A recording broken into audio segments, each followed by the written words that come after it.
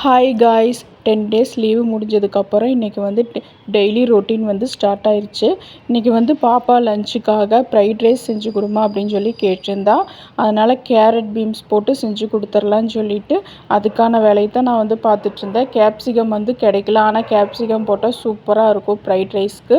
அப்புறம் இந்த பாஸ்மதி ரைஸை வந்து 20 நிமிஷம் ஊற வச்சுட்டு 80% வந்து நான் வந்து குக் பண்ணி எடுத்து தனியாக வடித்து எடுத்து வச்சுட்டேன்.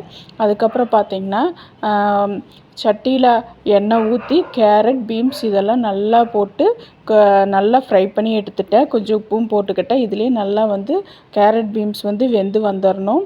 அதுக்கப்புறம் பார்த்திங்கன்னா இந்த குக் பண்ண பாஸ்மதி ரைஸ் போட்டு நல்லா கிண்டி விட்டுட்டு அதுக்கப்புறம் கொஞ்சம் உப்பெல்லாம் போட்டு நல்லா இது பண்ணிக்கிட்டேன். இது கரண்டி விட்டு கலக்கிட்டே இருந்தேன்னா இந்த ரைஸ் வந்து உடஞ்சி போயிடும். அதனால் கொஞ்சம் அப்படியே இது கலக்காமல் இருக்கிறது நல்லது.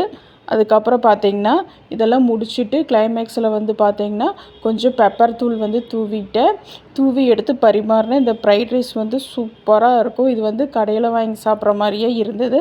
நாங்கள் வந்து இதுக்கு சாஸ் தொட்டு சாப்பிட்டா சூப்பராக இருந்தது. ஓகே கைஸ், பாய்.